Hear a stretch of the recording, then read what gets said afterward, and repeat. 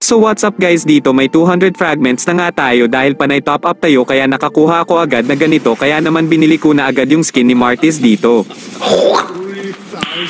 Nice. Kaya naman hindi na mapakali ang ating bida kaya naman pagtapos ko itong nakuha hindi na ako nagpaligoy-ligoy pa nagpractice na agad ako sa ranked game. At dahil napakaangas nitong skin na ito kaya naman nag-auto-lock na agad ako ng Martis dito at syempre mas lalakas ako kung lagi kang naka-follow sa ating Facebook page.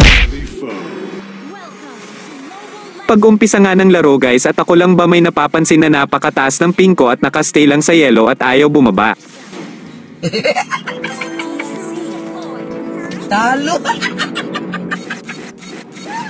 Sorry. Kaya naman pagtapos ko kinuha yung blue buff ko kaya naman agad ko sinabi sa kanila kung sino ang naka-VPN sa mga batang ito hirap na maglaro ngayon ang daming modded daya. Wala na tayong magagawa ganun talaga nakastay lang yung ping natin sa yellow kaya naman pagtapos ko nakuha lahat ng mga jungle monster ko dito ito ng mga sumunod na nangyari.